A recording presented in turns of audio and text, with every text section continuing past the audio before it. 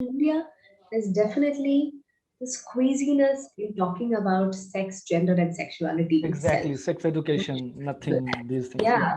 Yeah, Hello and welcome to this very special interview. Today I have with Miss Vidya Dinakaran. Now she is a psychotherapist based in Chennai. She is the counselor who spoke and helped in understanding about LGBTQA plus community members and the whole matter to Justice Anand Venkatesh in Madras High Court, right? And let me just tell you about the case before we start talking to Vidya. So the case was a lesbian couple had gone missing as per the reports, and the parents filed a missing complaint with the police. Then police found them and started interrogating them. So they moved to Madras High Court with a plea seeking protection against or police harassment, threat to life, and all that. So, commenting on that and passing the orders on that, Justice Anand Venkatesh said this. So, any attempts to medically cure or change the sexual orientation of the LGBTQA plus people to heterosexual will be banned. Like this is what he said. And hence, Tamil Nadu becomes or is said to become the first state in India to ban conversion therapy. Now, he said so many other powerful comments and statements in the order. Now, it's for people to check, and you already know it's all in the public domain. So, my first question to you is Vidya, you counseled him, you helped in understanding the whole scenario, and he said that I have no hesitation in accepting that I too belong to the majority of commoners who are yet to comprehend homosexuality completely.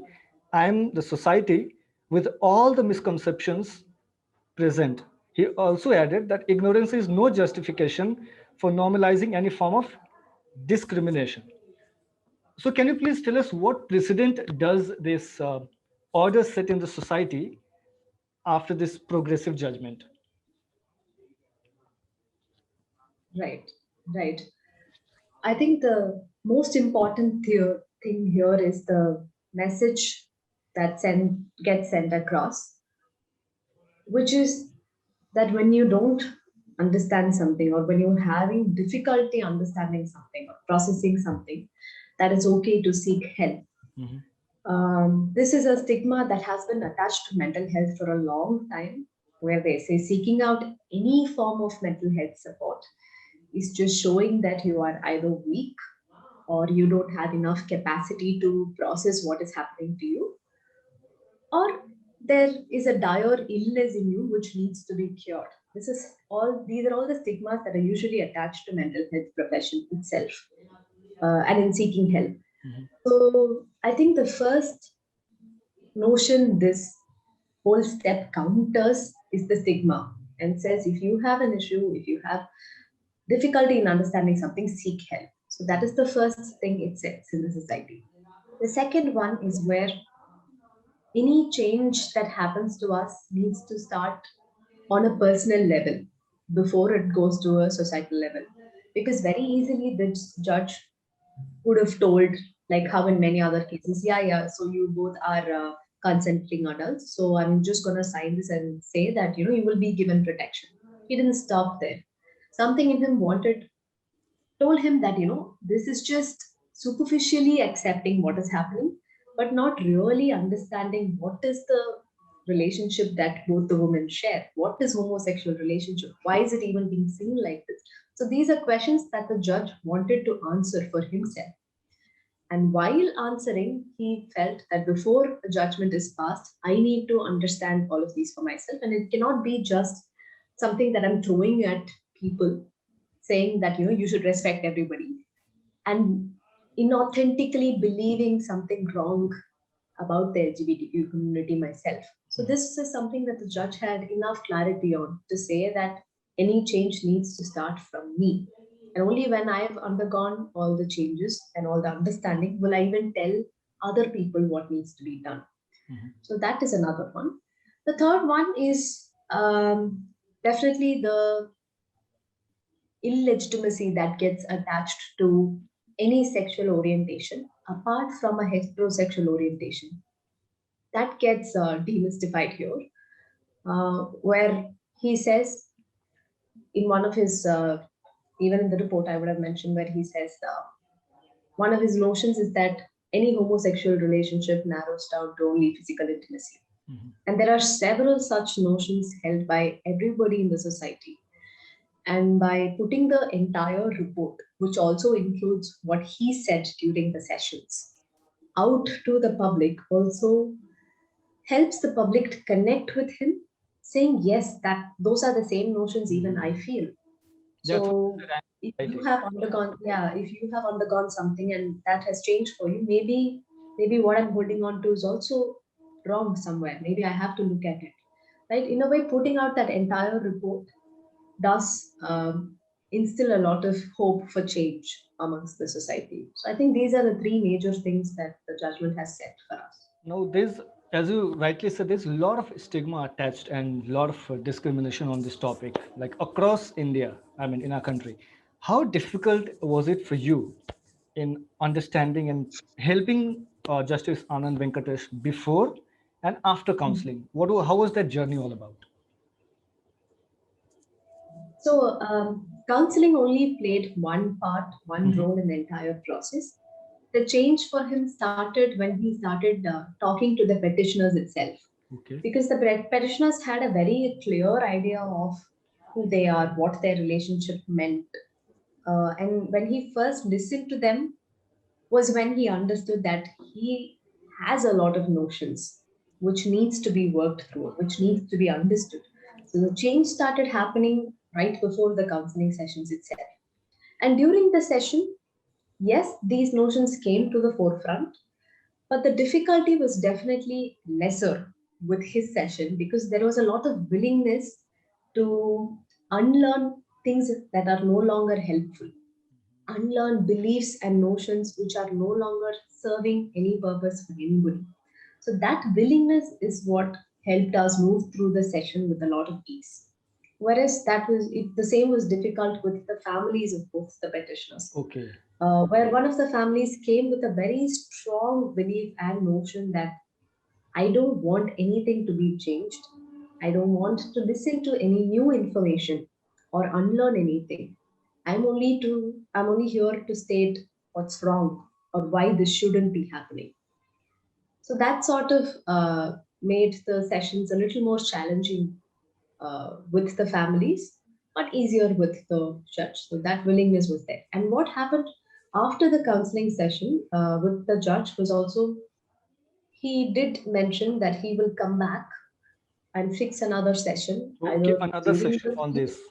another session during the case or even after the case is done, to still work through some more beliefs and some more understanding. Because we had exceeded the usual time frame of a counseling session even during the first time. It went on up to 1 hour, 40 minutes or something. He said, maybe I will come back again later to discuss more about this. And I would say that there is still a lot of work to be done. But this judgment cannot keep waiting while that is happening. So he did go ahead and move along with the steps. But what this also opened up was he was willing to talk to a member from the LGBTQIA community, along with He believes like as it exactly to understand their lived experience. This was actually suggested in the session, and I suggested only because I had enough support from the community organizations, which said that you can go ahead and suggest it, and we'll help you bring people for this. So since I had that support and it was suggested to him, and he very readily accepted that, and did have a session with Dr. Trinetra and her mother Haima to understand what is it to live a queer life, and as a parent, how did she make sense of this and how did she accept this as part of life, right? So these are conversations which they had in the session. And one more significant thing that happened after the counseling session was where a panel was put together, which involved the judge, three of his interns, myself, a representative, Ms. Shanmati from PCBC organization in Chennai, and Ramki sir from Orinam, another community organization in Chennai. So all of us were there in the panel where we put together the guidelines in place as to what needs to be done to secure the LGBTQ rights in our society. So we were putting together those guidelines and also coming up with sensitization program plans for different stakeholders in the city. So these were the things that followed after the counseling session. Yeah. So on that only, I just wanted to understand one more thing from you. As you rightly said, that it was a bit difficult and challenging for the other family members of the couple to understand because they had that dogmatic belief. Do you think this represents majority of Indians, not just in Tamil Nadu? I'm talking about even Indians, and how challenging is it, to start a conversation itself on this? Are we doing enough? Are we talking enough about these matters to change the mindset and perception towards LGBTQ members? I would say it's definitely not enough.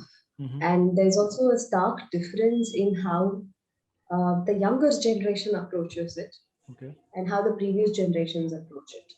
It's definitely easier to have these interactions and conversations with people of younger generation because one, they come with this willingness to unlearn and relearn, and their beliefs are still forming. Like they are still forming their notions. They are questioning a lot of things before forming their notions, which Hmm. is helping the process. Hmm. With previous generations, there is a difficulty because for 40, 50 years, they have been ingrained in one belief, one way of living.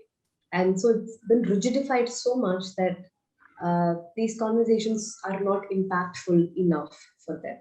And whatever is happening in terms of awareness programs or interactions or conversations, I don't think is enough, Hmm. not only for the LGBTQ community, but any minority population Yeah. for that matter. Because there's a very different notion about who form the minority itself. Because any minority group, majority of them believe that they have done something wrong or there's something deviant about their behavior, which is why they even form the minority population. Yeah. So, with this notion uh, present in our society, the amount of work that is being done in this space is definitely not enough. And it's not one institution which can work towards achieving this also. There are several stakeholders here, and these conversations or interactions need to happen in variety of spaces, starting from schools, any educational institutions for that matter, in courts, in amongst family systems, in peer support And groups, sadly, we don't talk like we in don't. workplaces. Yeah. And sadly, we don't talk. Absolutely, absolutely. Exactly, exactly. I don't think it's just about the LGBTQ community, but in India, there's definitely this queasiness in talking about sex, gender, and sexuality itself. Exactly. Sex education, nothing. These things. Yeah. Yeah, talking So about LGBTQ community is like the fifth or sixth step. We're not even taking the first step here. So the next question is, even when someone is coming out of the closet or if someone is initiating a conversation on these matters, they're not spared. Like they're called out in public, discrimination, all kinds of torture, mental health issues. What would you suggest to them? How should they deal with this? For example, they have come out of this and they want to talk on this to people and they are facing issues, all kinds of discrimination. You know that better than me. What would you suggest to them? How should they deal with it? Right. Um, you just to clarify here, you're talking about the people who are fighting against the discrimination, right? Yeah, not just fighting against discrimination, the ones who have come Right. out of the closet, but the society is not saying, they're not ready to accept the facts. Right. Yeah. Right. Right. Okay. So one is these queer individuals who are coming out and talking about these experiences have way better knowledge of how to deal with this than what I can offer Exactly. because they have gauged this situation from the time they were young, starting from how do I behave in school, how do I behave with this friend, how do I behave with that classmate, what do I tell the teacher. They've been They know what to gauging say this to for whom, years. what to talk. They know years as to years of practice. I mean, it's not a very happy thing that I'm saying that they've Yeah, had yeah, years of practice. It's a very exactly. sad thing that they had to do it, but they do know better as to what needs to be done. But as a professional, the only thing I would suggest is reach out to different support groups. It could be an NGO, it could Mhm. be a peer support group which they can form. There are lots of online platforms available for support groups for queer individuals, which they can easily access. and be consistent, show up for those support groups and talk about your experiences, because one prime difficulty for all the queer people is invisibilization, where they're not seen for who they are, where their identity is not even considered. So first thing that they need is a space where they can be themselves, a space that asserts their identity. So it's very important for queer individuals to be part of a larger group, be part of pride movements, be part of support groups, and reach out to professionals in various fields. So even one of the implication of this guideline that was proposed was also coming up with sensitization programs or steps that different stakeholders need to take. So I'm guessing it will be a little more safer for people who are coming out to reach out to these professionals in different areas. Like it could be a lawyer, it could be a mental health professional, it could be a physical physician, right? So we're trying to make these areas a lot more safer so that they can reach out and seek support, because so far they haven't been doing that because of the fear attached to what will happen to them if they reach out, But the even responsibility is to also on the other professionals who people are to create supposed that to space, protect right? them. I mean, you have to create that space wherein they can speak up. Exactly. Exactly. Which is why I'm saying this law, which has been passed now, this guideline, which has been passed now, might be helpful in that sense to create a more inclusive society, create a society that is sensitized towards what a queer person faces. Right. So, one is trusting that these people can start reaching out. The other is to form peer groups in itself, even if they're not able to be a part of a larger support group run by an organization, they can form peer groups and continuously talking about their experiences, or even just being with someone who will understand their experience is very, very vital for them. And all of this will help in creating a perception of common person in Exactly. understanding them and getting their Exactly. concerns. Thank you so much, Vidya. Thank you so much for talking to us and putting a perspective on the whole matter. Thank you so much. Thank you.